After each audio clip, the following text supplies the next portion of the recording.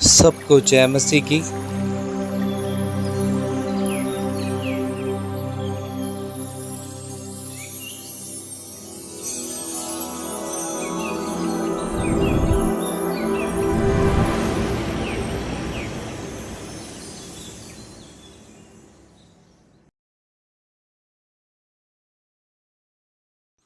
सबको जय मसीह की। प्रभु का धन्यवाद हो प्रियो आज के सुंदर समय के लिए।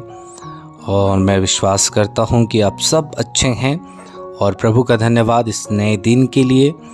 आइए प्रियो हम वचन देखें। इब्रानियों 13 अध्याय उसका 2 वचन में ऐसा लिखा है, अतिथि सत्कार करना ना भूलना। हाँ प्रियो, अतिथि सत्कार करने के लिए प्रभु का वचन हमें आज्ञा देता है। क्यों प्रियो? क्योंकि अतिथि सत्कार करना आपके जीवन में बड़े बड़े द्वारों को खोलता है, बड़े बड़े द्वारों को खोलता है प्रियो। जी हाँ प्रियो, आज आपसे कहना चाहता हूँ कि आप अतिथि सत्कार में लगे रहें। अतिथि सत्कार में लगना बहुत बड़े कार्य को आपके जीवन में प्रभु प्रकट करेगा। जैसे हम देखते हैं प्रियो उत्पत्ति 18 में, यहाँ पे प्रियो तब यहोवा ने उसे दर्शन दिया, उसने आँख उठाकर दृष्टि की तो क्या देखा कि 3 पुरुष उसके सामने खड़े हैं। अब्राहम को प्रियो कड़ी धूप में, हम इन दिनों गर्मी भी बहुत है और बहुत ही गर्मी, कड़ी धूप यहाँ पे लिखी हुई है, हो सकता है इस समय आप भी कड़ी धूप में हो और कड़ी धूप का समय है। और अब्राहम ने देखा, 3 लोगों को दृष्टि करके देखा। और उसके बाद अब्राहम ने क्या किया, जब उसने उसे देखा तब उससे भेंट करने के लिए तंबू के द्वार से दौड़ा और भूमि पर गिरकर दंडवत की और कहने लगा, हे प्रभु, यदि मुझ पर तेरी अनुग्रह की दृष्टि है तो मैं विनती करता हूँ कि अपने दास के पास से चला ना जा। थोड़ा सा जल लाता हूँ और आप अपने पाँव धोकर वृक्ष के नीचे विश्राम करें।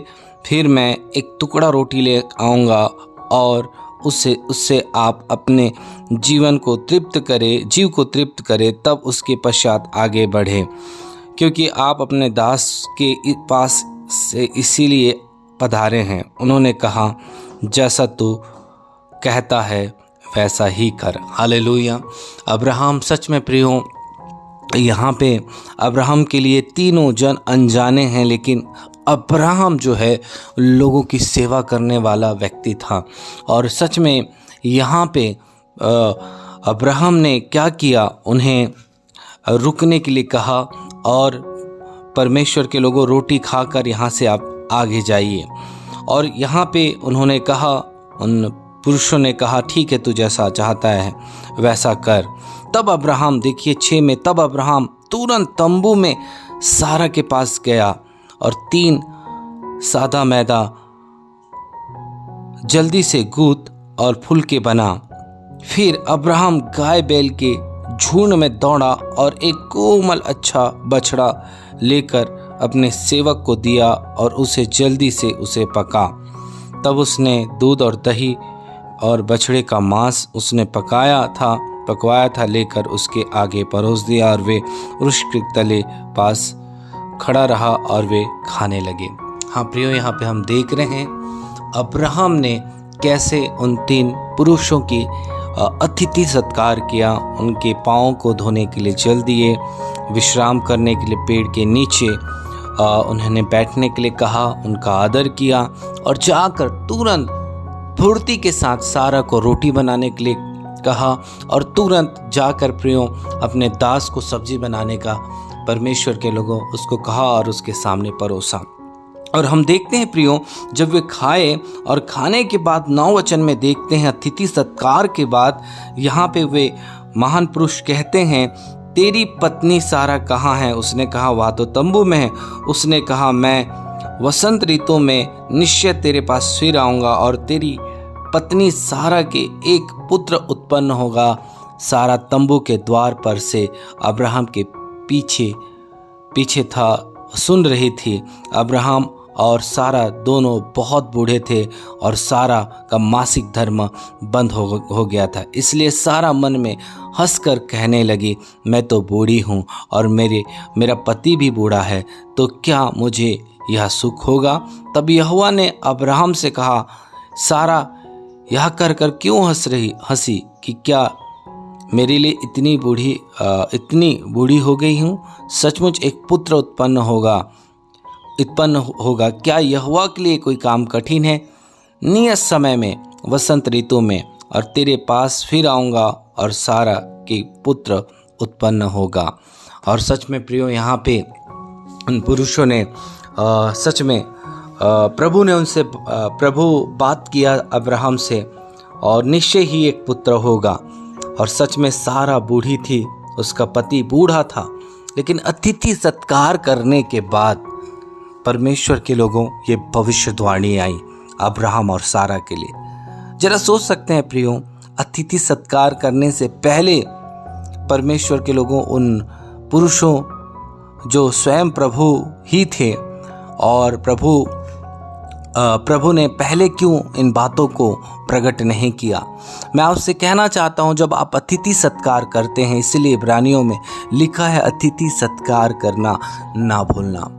सच में अब्राहम के लिए, सारा के लिए महान काम परमेश्वर ने उन्हें बता दिया, उन्होंने उस समय को भी बता दिया। जी हाँ, आज मैं कहना चाहता हूँ जितने भी भाई और बहन हैं, बाइबल में और भी ऐसी घटना है, जैसे सुनेमिन स्त्री ने एलीशा का कैसे आदर मान की, एलीशा के लिए एक रूम बनाई, खाट लगाई, मेज लगाई और डिवट परमेश्वर के लोगों वो वहाँ रहकर आराम किया करता, भोजन किया करता। और प्रियो, हम देखते हैं वहाँ पे भी उस स्त्री को भी लड़का नहीं था और उसका पति बूढ़ा हो गया था। वहाँ पे भी परमेश्वर के लोगों, प्रभु के दास एलीशा ने कहा तुझे बच्चा होगा। और सच में वहाँ पे भी परमेश्वर के लोगों ऐसी अवस्था में उसे भी बच्चा हुआ जब वे बूढ़े थे। परमेश्वर के लोगों, मैं आपसे कहना चाहता हूँ, जब आप अतिथि सत्कार करते हैं, प्रभु आपके लिए द्वार खोलता है। इसलिए कभी भी आप जिस व्यक्ति को जानते हो और नहीं जानते हो, उनका आप अतिथि सत्कार करें, सम्मान करें। हाँ प्रियो, भरसक कोशिश करें कि बढ़कर काम करें। पिछले दिनों यूपी से लोग आए हुए थे प्रियो, सच में मैंने कोशिश की कि उनका बहुत सम्मान करूं, क्योंकि परमेश्वर के लोगों, प्रभु का वचन आज्ञा देता है कि हमें लोगों के अतिथि सत्कार करना है। जो भी मिले, जो भी आपके घर में आए, आप लोगों को बुला सकते हैं और अतिथि सत्कार कर सकते हैं। सच में आप देखेंगे आपके जीवन में एक नए कार्य को परमेश्वर पूरा करेगा, एक नए काम को परमेश्वर पूरा करेगा। अब्राहम के लिए और सच में वसंत ऋतु में अब्राहम को लड़का हुआ प्रियो। और सच में उस बुढ़ापे में परमेश्वर ने, जहाँ सारा का मासिक धर्म बंद हो चुका था, उसमें परमेश्वर ने जीवन को पैदा किया। सच में आप असंभव कामों को संभव में होते हुए देखेंगे अतिथि सत्कार से। कई बार पति पत्नी, मैंने बहुत से ऐसे भाई और बहन देखे, मेहमान आने से वो कुड़कुड़ाने लगते हैं, ओ मुझे खाना बनाना पड़ेगा, ओ इतना मैं बिजी थी, इतना दिन भर, और आज और तुम मेहमान लेकर आ गए। कभी भी प्रियो, आप कितना भी थके हुए हैं, फिर भी कभी आप ऐसे बातों को ना करें, चाहे वो पति हो चाहे पत्नी हो।